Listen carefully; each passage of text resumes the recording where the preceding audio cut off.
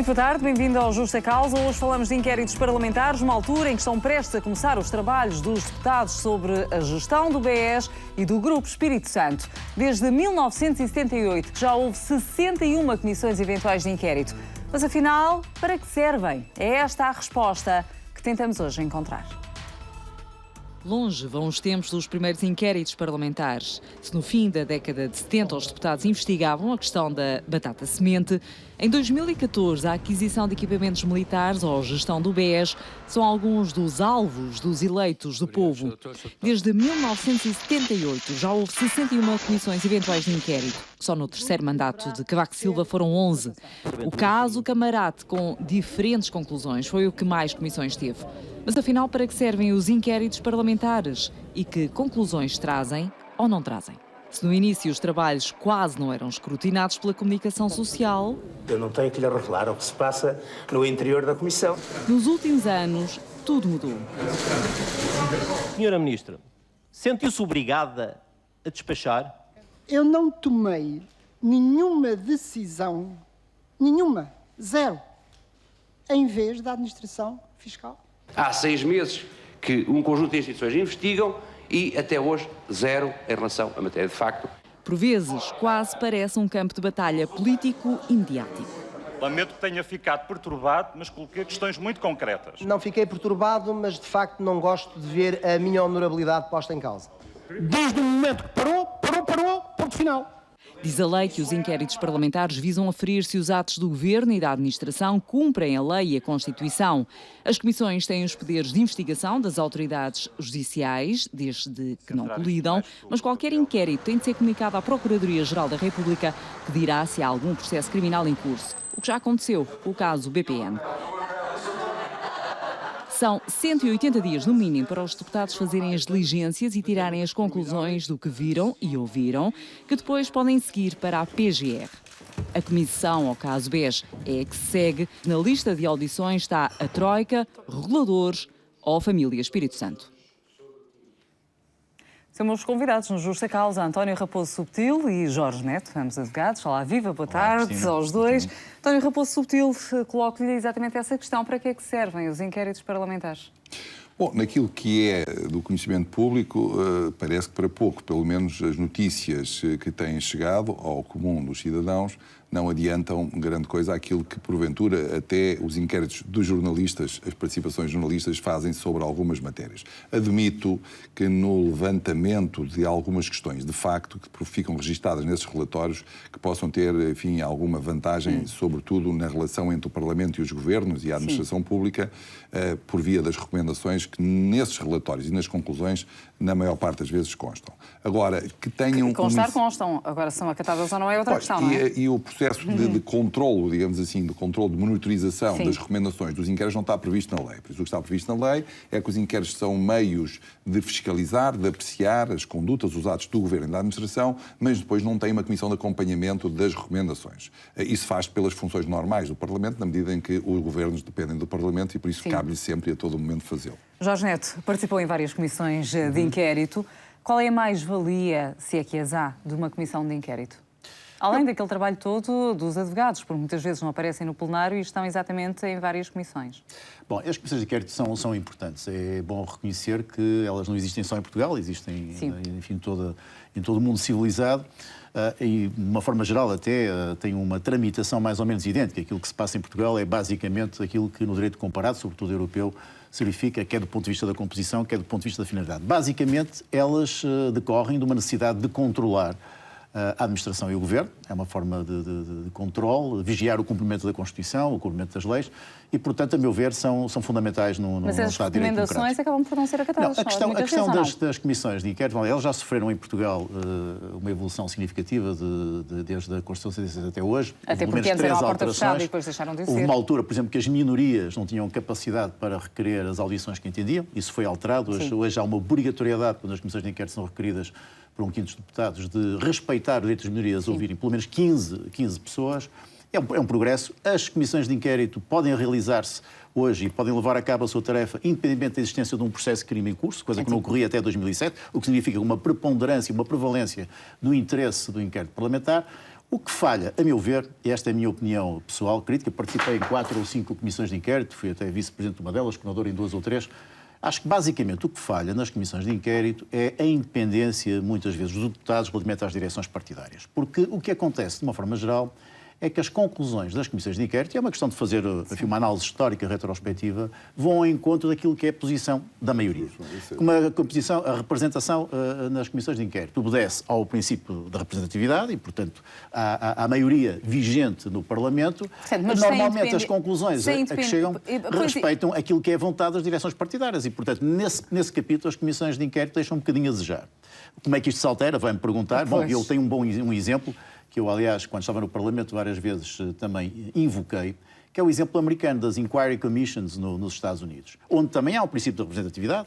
Por exemplo, no caso concreto da Comissão de Inquérito recentemente realizada relativamente à atividade financeira, à crise financeira de 2007-2010, tínhamos 6 deputados democratas, 6 representantes democratas, congressistas e senadores, e 4 republicanos, representando, evidenciando o princípio da representatividade. Todavia, produziu conclusões extremamente importantes e muitas vezes críticas da própria administração democrata. Portanto, não houve aí nenhum problema do ponto de vista da independência. E porquê? E a razão é muito simples. É que, enquanto aqui os deputados são eleitos por listas e, portanto, não há uma eleição uninominal, não há uma responsabilização do deputado perante o eleitor, e, portanto, obedece mais ao dictato da direção partidária e está mais preocupado em agradar a direção partidária do que propriamente ao interesse concreto do eleitor. Nos Estados Unidos, nos países onde funciona a representação por via nominal, onde a eleição é personalizada, onde há uma prestação de contas perante o eleitor que o elege. É evidente que o congressista ou o senador vai procurar fazer o seu melhor sem obedecer aos dictatos da direção partidária e, portanto, as conclusões muitas vezes são desfavoráveis àquela que é a administração. E eu agora lembro-me exatamente da última comissão de inquérito, agora que já está em funções, diz respeito ao BES, mas a que terminou ainda há pouco diz respeito à aquisição de equipamentos militares e que muita polémica suscitou, e pergunto-lhe se as conclusões, também tendo em conta toda essa polémica, vão de encontro àquilo que o Jorge Neto estava a dizer, que vão na linha exatamente de quem está no poder. Penso que esta informação que foi trazida pelo Dr. Jorge Neto é relevantíssima e demonstra que, por muito esforço que se possa ter na criação de uma comissão de inquérito, na base, digamos assim, do sistema partidário que temos, eleitoral, não dá resultado. E o exemplo que deu desta última comissão de inquérito é o processo está... Deu exemplo exatamente porque houve conclusões e houve um relatório alternativo, não é? E mais, é que esse processo está pendente no tribunal, a maior parte das pessoas não sabem, há anos, e está, digamos assim, na prateleira, a aguardar qualquer iniciativa que de vez em quando, em função das eleições, é suscetível de ameaça, de registro na opinião pública, mas depois não parte daí. Sabe, a opinião, a questão dos submarinos acaba por acontecer sempre... Eu até digo, esta comissão de inquérito é um atrevimento, mas acho que esta comissão de inquérito foi uma maneira de estancar também, de fazer uma cortina de fumo relativamente àquilo que se dizia que era que ia surgir uma acusação nesse processo. É lamentável que a comissão de inquérito não averiguasse a razão desse inquérito não estar, digamos assim, numa maturidade diferente daquele que está. Não tenho noção, mas são anos de espera desse dito inquérito. E a questão é, se não colide exatamente... Inquérito judicial, não um inquérito parlamentar. Pois, nós estamos a falar de inquéritos parlamentares e, conforme o Jorge ainda agora dizia... em paralelo correm inquéritos judiciais. Antigamente não era possível que houvesse processo criminal em curso, agora é possível. Isso não colide, acaba por ser, por um lado, um obstáculo ou uma ajuda? Eu não concordo no nosso sistema. Candidato Almeida opõe-se completamente. Eu também me oponho pela razão que foi aqui dada. Não há independência transmitida, não há independência dos deputados, há aqui, digamos assim, uma ligação, digamos assim, ao partido. Nós votamos para o Parlamento em envelope, só abrimos o subscrito depois da votação, na medida que é o nome do partido que lá está, e isso tem muita importância. E tem a importância de limitar a própria dinâmica processual no sentido judicial. Porquê? Porque quando há uma questão de inquérito que chega a determinada conclusão, é difícil surgir num processo judicial informações, acusações em sentido contrário. Tem um efeito, digamos assim, de amortecimento, tem um efeito de desvio. E eu acho que às vezes a cobertura política de alguns atos políticos são do governo, porque é isso que se trata, fiscalizar atos, digamos assim, do governo e da administração, por vezes há uma tentação de proteção natural das maiorias parlamentares relativamente aos atos que elas próprias produziram enquanto agentes, e no governo, agentes desse mesmo desígnio político. E isso faz com que os juízes, nos processos, também tendam a olhar para isso e cria alguma desmotivação. E às vezes escolhem umas aberturas para entrar, dizem, com esses processos em acusação. E eu julgo que os submarinos têm estado a aguardar essa mesma... Isto é o atrevimento que eu estou a dizer, mas é o processo que eu acho, digamos assim, mais incrível de todos. Os megaprocessos que estão emparteleirados no mesmo juiz há uma série de anos, esse, por exemplo, é o que me choca mais. Porquê é que choca mais? Porque já rodou várias vezes, neste caso do Dr. Paulo Portas, rodou no sentido de que insinuaram coisas alimentares, só por um exemplo. E várias vezes ele teve prejuízos por causa disso e nunca mais esse processo surge uma acusação. Também, o outro equipamento militar, os aviões, os P3, tiveram prescrições várias nesse processo, porque mudou até o Código de Justiça Militar, que provocou algumas prescrições, mas ainda continua pendente relativamente a alguns arguidos e não se sabe o que é que aconteceu. Se os aviões foram comprados, se houve manipulação no caderno de inquérito, não se sabe nada, mas já houve também uma comissão de inquérito sobre isso. E realmente é extraordinário que isso possa acontecer. E Jorge Neto, o que é certo é que já lá vão 61 comissões de inquérito.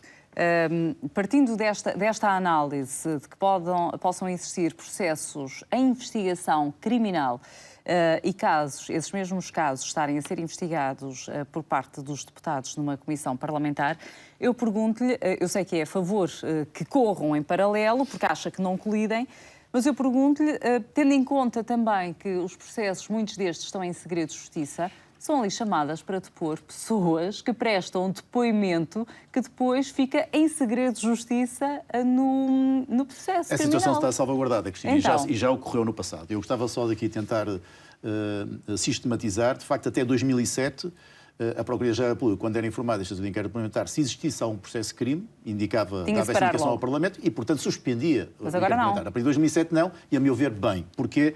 Porque são funções diferentes. A função do Parlamento é uma função de controle da legalidade, da administração e dos atos. Tem poderes de investigação, mas não tem todos os poderes de investigação judicial. A matéria que está reservada às autoridades judiciais. Buscas, mandados de detenção, etc. Sim, mas tem poderes de investigação das autoridades quando se coloca um problema de segredo de justiça, aquele que vai depor a uma comissão de inquérito, invocando a existência de segredo de justiça, pode naturalmente justificar o silêncio sobre aquela matéria em particular. Portanto, não há... Pode haver situações, digamos, de conflito, mas elas estão devidamente salvaguardadas na lei e é possível, de facto, evitar essa concorrência de interesses conflituantes. Agora, parece-me fundamental que, efetivamente, haja lugar a um inquérito parlamentar, mesmo com uma investigação judicial em curso, porque é importante também, do ponto de vista político, haver transparência. O inquérito parlamentar, apesar dos resultados, como eu disse, eu sou muito crítico. Campo de batalha, exatamente, os resultados muitas vezes são escassos e são frutos. Nós vemos o caso Camarate, que tem várias conclusões. Os resultados são escassos e são frutos. E são tanto mais escassos e frutos quando está em causa um ato do governo. Se for um ato da administração, os resultados são mais positivos. Porquê? Porque a pressão da direção partidária é menor. Então, mas naquele caso em concreto, que passou por várias legislaturas, esta comissão de inquérito é quase conforme a legislatura a sua conclusão. Não, mas há pouco a Cristina dizia, muitas vezes também funciona como arma de arremesso, é verdade. Mas o fundamental nisto é que haja transparência no debate e no esclarecimento das questões. É bom, por exemplo, no caso do BES, o público, o cidadão em geral, saber o que é que se passou. E, de facto, não saberá através da investigação judicial, mas vai saber através do Parlamento, do ponto de vista do controle político do ato das entidades, dos atos ou das omissões das entidades reguladoras, por exemplo. Mas há sempre um obstáculo, porque, estando um processo criminal em curso, há elementos aos quais os deputados nunca vão ter acesso porque estão em segredo de justiça. Não obstante, a Procuradoria-Geral da República também poder fornecer alguns elementos aos deputados. Pode e deve fornecer, mas há uma razão justificativa para não serem dadas algumas informações se elas estiverem sob reserva da Justiça, o que me parece perfeitamente razoável. O que acaba pode também inquinar, de algum modo, as investigações, ou não? Não vai inquinar, porque as investigações judiciais fazem o seu percurso, fazem o seu caminho. Portanto, um inquérito parlamentar pode ter uma conclusão completamente diferente de uma investigação criminal. Pode, mas o objetivo também não é o mesmo. Enquanto a investigação criminal é apurar a existência de um ilícito e responsabilizar aquele que praticou o ilícito, no inquérito parlamentar é o controle da legalidade. É um controle da legalidade, mas a lei, ao consagrar que tem poderes similares ou poderes como têm as autoridades judiciais, as coisas aqui podem exatamente levar a esse tipo de interpretação e confundir-se, não? Podem, eu julgo que em algumas situações, por guerrilhas político-partidárias, tal foi, enfim, consubstanciado na abertura de algumas comissões e no tempo em que elas foram, digamos assim, constituídas e terminadas. Sim. O que está aqui em causa é está também em causa, aliás, se estes inquéritos fossem sobre procedimentos da administração pública e do governo, imagina a questão da reforma do mapa judiciário. Se fosse uma avaliação prévia ao funcionamento, se fosse ao sistema de controlo dos bancos por parte das entidades de previsão. Isso é que eram inquéritos parlamentares capazes, ou sobre o funcionamento do ensino e a capacidade de monitorizar a sua abertura a tempo e o cumprimento dos prazos, ou sobre a realização de atos médicos em detrimento dos menos favorecidos ou nos protocolos com enfim, os hospitais privados. Esse tipo de inquérito é que servia aos cidadãos de uma forma mais capaz do que, por exemplo, um provedor de justiça o pode fazer de forma individual, porque é sobre um ato concreto, e aqui era sobre um sistema e o funcionamento do sistema.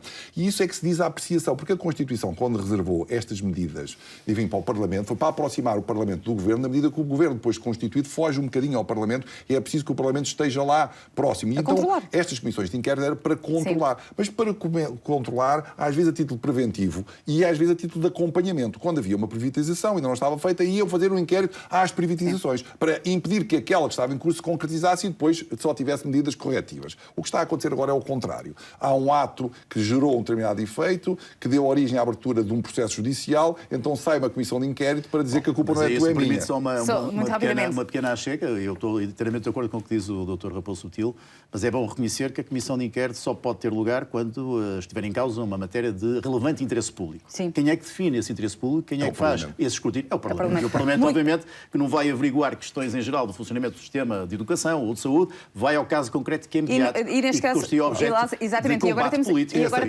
E agora vamos ter o BES, não vamos ter hoje tempo, e além disso não era o âmbito do programa hoje falarmos propriamente do BES, mas estando já em funções, muito rapidamente, o que é que se pode esperar quando há notícias que vieram ainda hoje a pública dizer, por exemplo, que o Banco de Portugal teria conhecimento da situação de insolvência da principal holding do Grupo BES no início de dezembro de 2013 e que demorou 6 meses a atuar. Muito rapidamente, esta é uma matéria que obviamente que irá também ser trazida à colação. O que é que se pode esperar desta comissão de inquérito? Eu acho que esta comissão de inquérito pode ter o efeito de trazer prova para que os lesados possam pegar nessa mesma prova e avançar com procedimentos criminais, por isso democratiza o dever de defesa, acho que é uma vantagem, mas pode ter um efeito perverso que é da autojustificação das entidades que em tempo produziram, digamos assim, esse deslize, agora corrigirem e por isso quando forem abordadas judicialmente não estarem tão, digamos assim, desprotegidas ou pelo menos sem os cuidados que são necessários. A gente já passou muito tempo e isto era se fosse em cima do acontecimento. Não tenho alguma dúvida, mas é das comissões de inquérito que eu acho, como não é sobre atos do Governo, é sobre atos da administração, se calhar funciona, como disse o Dr. Jorge Neto. Não, eu penso que esta comissão de inquérito terá interesse, desde logo, pelas razões que o Dr. Raposo Subtil agora acabou de adiantar, mas também por uma razão muito particular, se me permite. Sim. É que não nos esqueçamos que há uns anos tivemos uma comissão de inquérito que causticou de uma forma muito acerba e dura o então Governador do Banco de Portugal por falhas na supervisão e hoje o que está aqui novamente em causa é saber se houve uma evolução positiva na supervisão bancária em Portugal ou, pelo contrário, ela estagnou. E este caso surge novamente, até com dimensão porventura muito superior ao do BPN, sem que a supervisão tivesse atuado em tempo útil com eficácia. Essa é a grande questão que, a meu ver, que esta comissão de inquérito vai trazer à liça. Até que ponto é que evoluímos positivamente na supervisão ou, pelo contrário, as entidades de supervisão continuam a falhar e uma vez falharam de forma clara. E este será certamente um tema a que voltaremos no Justa Causa. Muito obrigada aos dois. Tempo ainda para lhe dizer que o Tribunal Constitucional vai receber mais com o Orçamento do Estado para 2015. É mesmo de todos os organismos da Justiça que recebem verbas do Estado o que tem o maior aumento. No ano que vem entram nos cofres do Palácio Raton 6,1 milhões de euros. Em 2014 foram 4 milhões e meio. Para o Conselho Superior da Magistratura vão mais 833 mil euros. Já o STJ, o Supremo Tribunal, vai receber mais 867 mil euros. Digo-lhe também que todas as comarcas já têm acesso à plataforma informática Sítios, mas os funcionários judiciais dizem que ainda há falhas que afetam o normal funcionamento dos tribunais. Faltam processos de agosto que entraram na versão anterior do Sítios, mas que agora não estão disponíveis. O Ministério da Justiça garante que todos os processos marcados para migrar para as novas comarcas já foram transferidos. No entanto, admite que faltam nos Sítios 2 a 5% do total de processos. Dizer-lhe ainda que a greve dos funcionários judiciais continua. Hoje é na comarca de Lisboa Norte. Amanhã será em Lisboa Oeste. Voltamos amanhã com um novo tema em destaque. Foi o Justa Causa. Boa tarde. Até lá.